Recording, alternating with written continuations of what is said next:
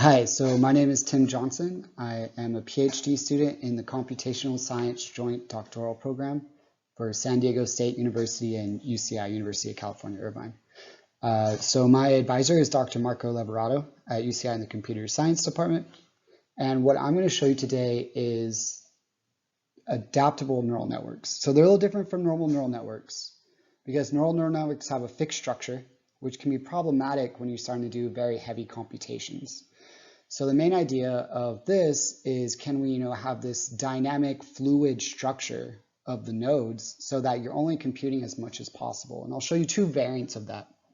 The main application is to drone autonomy. So here we can kind of see the normal structure of a static neural network.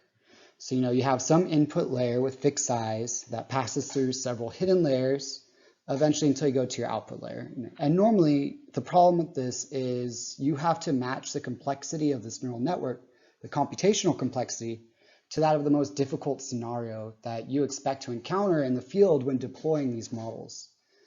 So you have this problem of this one-size-fits-all hammer. You're using this giant sludge hammer for sometimes simple cases where you don't need to do that.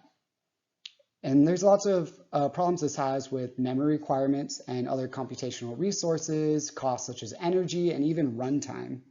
And when you look at things like drones or any autonomy or anything else that may have strict time requirements, that time issue can be very important to determine on what your reaction time is to, say, avoid an object or something like that for drones. So this is the first variant that we're going to look at.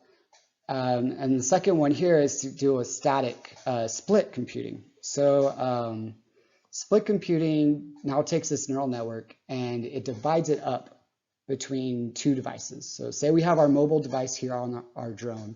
It's flying this package somewhere. It's got some important delivery to do. The problem with this drone is it's very limited on what type of chips it has on board. It can't do very heavy computing. Further, it also has a limited energy reservoir, a battery. So any computations you do on this can drain the battery and reduce its flight time. So one way of getting around this problem is to compute part of the neural network on the drone, and then you go to a condensed layer that then relays data to a local nearby server. And that server will then finish the computations and relay back to the drone what to do. And this allows it to make on-the-fly decisions that's computing somewhat onboard and somewhat offline on a nearby server. So this is different than some applications that, say, would take raw data and compact it immediately and then just send the compacted data to the server. Previous results have actually shown that computing a network in such a way locally can reduce the data rate and improve efficiency of your neural network. So what we want to do is we want to take these two static variants. We have this static one that runs all locally, and then we have one that splits the computing. And we want to make it so that we can change, where we're splitting, how we're splitting, how many nodes are running in each layer, and how many layers we're even computing. As long as we can reduce all that, we can reduce the computational work that needs to be done. So there's two types of scaling here. There's horizontal scaling, which is kind of like pinching like this. So that's, what these X's here show, it's like removing some of the nodes. They don't all have to be computed. And then there's vertical scaling, which jumps layers. So this is the system model that does the two variants that we just discussed. So we see here, we have our input. What I do is an example of an RGB image taken from the drone. And it's supposed to take this camera image and decide how to properly navigate without colliding with any objects.